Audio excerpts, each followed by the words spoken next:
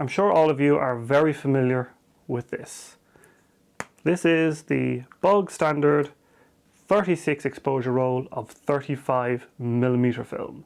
And for 99% of film shooters, this pre-rolled, pre-packaged film is all you'll ever need. But for those of us who like shooting a lot of film, there is another source of 35mm film out there, and it comes in the form of the bulk roll.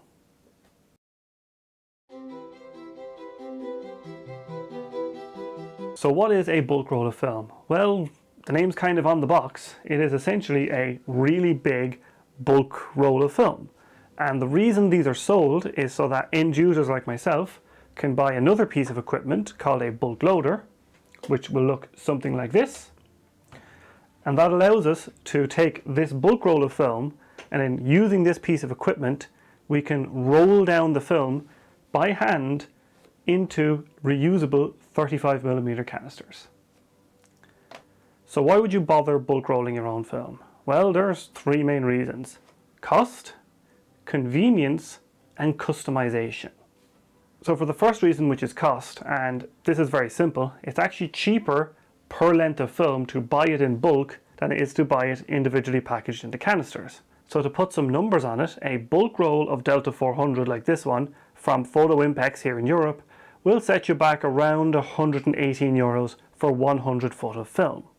Now each 100 foot roll will give you approximately 18 36 exposure rolls if you were to roll it all down into 36 exposure rolls.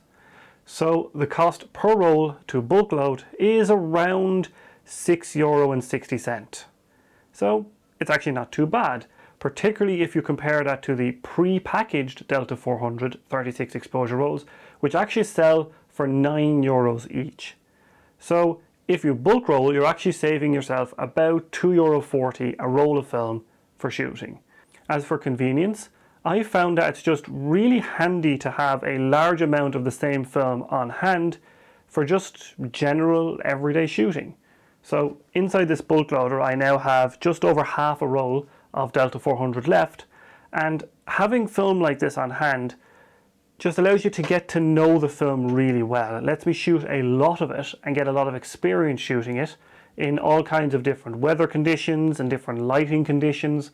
It lets me see how the film is going to respond and how exactly I could shoot it, and to get more experience shooting Delta 400 or whatever bulk roll of film you have. As for customization, having a bulk roller actually allows you to roll custom lengths of film into each can. So on the actual bulk roller itself, we have a little frame counter.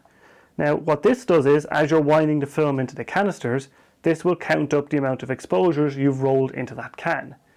So this actually allows us to roll custom lengths of film. So now that we're convinced to go bulk rolling our own film, well, the first thing we're going to need is an actual bulk loader. So this particular bulk loader is one I actually bought brand new, and yes, you can still buy bulk loaders brand new. This is the AP bulk loader. I also believe it's very similar to like the Kaiser bulk loader as well. So that's an option if you want to buy a new one. However, you can actually buy lots of really old used ones as well, because there are a lot of these out there that are not in use anymore. So some examples of those are the weird sort of oblong Watson one. That's the kind my friend Alex actually has, and it can be a little fiddly to use, but it works perfectly fine. There's also ones that look like this that are called like day roll, and there's actually a bunch of other brands out there for bulk loaders. So that's the first thing you're going to need, is a bulk loader that can handle 100 foot of film. So the second thing we're going to need is something to roll the film into, and for that I'm actually using a combination of reusable 35mm film cans. So these are just little pre-made metal canisters that are designed for reuse, and essentially you just pop the end off like so, you take out the spindle, attach the film, set it all up, put it into the bulk loader, and then when it's in here you can just wind your film into this reusable canister. However, they do cost a little bit of money, so if you want an even cheaper alternative, you can actually just reuse normal 35mm film cans, so long as you don't damage them. And that ends up looking like this. So this is actually a Pro 400H canister, and you can see here we have a little bit of film sticking out of the end. Now if you don't develop your own film Another option is to just contact your local lab and ask them have they got old empty 35mm film cans that you can take for bulk loading. And a lot of places will actually give you these for free, or will charge you like 10 cents a can or something like that. So you can actually get these really easy and really cheaply from a local lab, and are a great source of reloadable film cans as well. So now that we have all the equipment, well, the last thing we need is the film itself. Now, if you're going to buy bulk film, you need to pick a film that you shoot a lot of normally. And in my case, I really like shooting Delta 400 in 35mm. So that was actually the first bulk roll of film that I purchased for myself. Now, before you can go bulk loading your film, one thing I do need to give warning about is that these bulk rolls must be handled and loaded into the bulk loader itself in absolute, complete darkness. You cannot use a red safe light, you can't load it in dim light, you have to be in perfect, complete darkness. So with that out of the way, it's bulk loading time. Now the only issue is I need to get the roll of film from here into here, but I'm going to need some practice to do that. So I have this, which is a core from a different bulk roll a friend gave me, and on it I have wound up some ruined test film that I have, and now I'm going to use it as a practice roll to load this bulk loader. So I'm going to do this with my eyes closed. So flip this over. First things first is I need the crank, and yes, I have read the instructions. So to load a bulk roll, we need to put the crank in to open the gate. There's a little mechanical latch in there that does that. Then I need to put this upside down, take out the can, take out the back, put it aside, nothing in here. Find my end of my roll of film, and I need to feed that while holding the bulk roll into this slot up the top.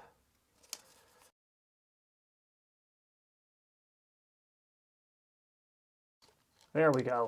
Oh, yep, she started. I need to get the cranker and just wind this. So there's the spindle, drop it on that. Get the container, put the lid on, seal. Yeah, it's fit well. Okay, that should be it. So now if I open this up, if I pull this out to close the gate, I should see some film. And there it is. And the gate is closed. The gate is closed as well. Now's the time to do this for real. See you in a few. It's open. There's a plastic bag containing a fat roll of film.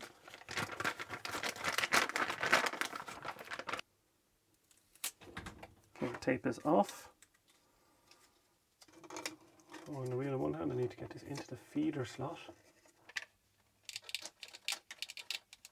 Okay, she's taken up. Okay, the roll is in. Great success. We have some film sticking out. Here's the box it came in. It was in this plastic bag.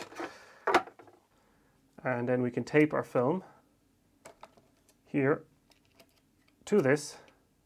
Then I'm going to try and wind this in, past the velvet, seal her up, lock it in. We're going to set our gauge to 0, and now we just wind away until we get to 36.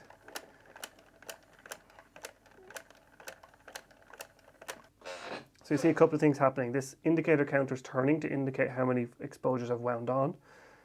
You start off with 4 or 5 exposures before you get to 0. That accounts for the bit of film that was exposed going into the can, and of course for a leader outside of the can. Also, you see here is winding, but this here is actually a film counter, and this actually tells you how much you've left on the roll. So we're going to go all the way around, keep winding. Okay, and that should be it. So we pull the crank out. That will close the film gate, and we can open up. So we get our scissors, slice it off, and then we take our freshly loaded roll and we cut a leader. You always cut the leader alongside to the bottom of the can. I've made that mistake before. And for the leader, you can just cut it at an angle like this. You don't need a fancy leader. That'll work just fine. And that's the roll done. So now, pull out a little bit of film. I'm going to use the bulk loading can. Pull that out. I'm just using sellotape. Then we tape this onto the spool. Slip on the canister.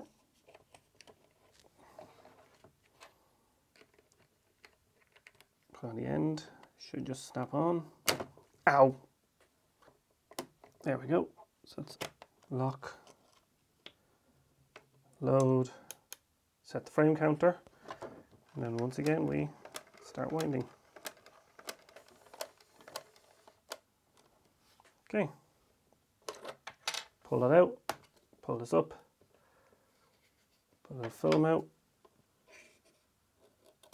slice, pull out, cut leader, and that's another roll done. One potential issue with bulk loading in general is that you might think, you know, you've wound 36 frames into the can, you're going to get 36 frames or maybe 37 or 38 like you can with normally rolled film. That's not quite true with bulk loading. Because you've already got a little bit of film exposed at the end, that 36 frames can easily turn into 35 or 34 frames. So with these cans, yeah, they're 36 exposures, but I'd only trust the first 34 exposures. And after that, I'll use the last one or two up maybe to bracket the final scene or whatever until the film runs out. Another thing you need to be careful of is that because you've essentially taped film onto a spool or onto more film, if you wind it too hard, you can actually pull the film out of the can or break that tape off, and then you're kind of stuck with a situation where you have to unload the camera in the dark. Or if you're using a camera that has automatic winding features like, an f6 or a 90s SLR, it might just, yeet the film out of the can and destroy everything. So, something to be careful with bulk loading. There's about another 15 rolls worth of film in here, so that's pretty cool. I'm just going to store the crank in there where it's supposed to. And now I'm going to label this so I know what's in here. So now that you've got your first roll of bulk film loaded and you're starting to roll down and you're working your way through your bulk roll over time, you might ask yourself, what other film stocks are actually out there in bulk rolls? And this is where things get kind of disappointing, because for all intensive purposes, there's only black and white bulk rolls out there. Now when it comes to color bulk film, it really doesn't exist normally. So there's no manufacturer out there like Kodak or Fuji or Adox or Agfa that actually makes bulk rolls of color film available normally. Now there is one exception to this, and that is that you can buy bulk rolls of Vision 3 stock. Now Vision 3 is Kodak's motion picture film. Now Vision 3 stock is not normally available in 100-foot rolls. It actually only comes in 400-foot rolls or 1,000-foot rolls. But there are some enterprising people out there like the Film Photography Project who will happily sell you a 100-foot bulk roll of Vision 3 film. So me and my friend Alex, we actually did this a while back where we split the cost of a 100-foot bulk roll of Vision 3 250D from the Film Photography Project, and we rolled it down into as many 36 exposure rolls as we could, and we both ended up actually with 9 rolls of film each. I still have 2 rolls of 250D left from that bulk rolling experience. And this leads to another kind of advantage of bulk rolling, where if you get a group of people together and you all go in on a bulk roll of film together, you can actually split the cost of the bulk roll among you, and then you can divide out the film afterwards once you've rolled it all down, and this can actually result in everybody saving a few euros a roll. So that can actually be quite a nice little thing to do if you're part of any local film groups or if you have film shooting friends. The last option for bulk rolls of film is to buy expired bulk rolls. Now, buying expired film is always a little bit of a gamble, but when it comes to bulk film, the odds can actually be a little bit more in your favor. And that is because you're buying a large quantity of film all in the exact same condition. So this actually allows you to roll off smaller pieces of film, let's say, some 12 or 6 exposure rolls, and then you can shoot those in different ways and develop those rolls in different ways, And now that you know the optimal conditions for shooting and developing a film like this, you still have a lot left to go through that you can just use to shoot normally. So bulk expired film can actually be quite a good find, if you can find it, that is. Now another but very uncommonly used option is that you can actually buy a 400-foot bulk loader. And in fact you can even buy a 1,000-foot bulk loader. Now these are very expensive, very specialized pieces of equipment, but essentially they allow you to take those massive rolls of movie film I mentioned earlier. You can just load the entire thing into a bulk loader and then roll down a huge number of rolls off that. Or you can actually 3D print some specialized equipment that will allow you to roll down the 400-foot roll into multiple 100-foot rolls, and then you can take those 100-foot rolls and put them into a bulk loader like this. You can actually end up with some hella cheap film. It's a very tempting proposition for me because I absolutely love shooting Ektachrome, so I've been tempted many times to ring up Kodak and order a gigantic 400-foot roll of Ektachrome and somehow roll it down into 100-foot rolls so I can wedge it into this, and then from that just shoot endless amounts of Ektachrome. So that's a very hardcore option if you're absolutely insane and want to go down that route. I suppose that is it for this video. See you next time.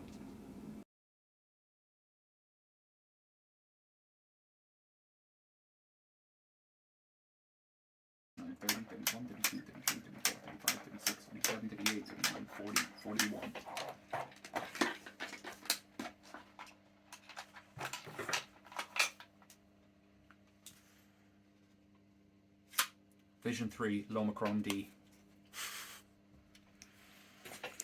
The only good use for Lomachrome purples.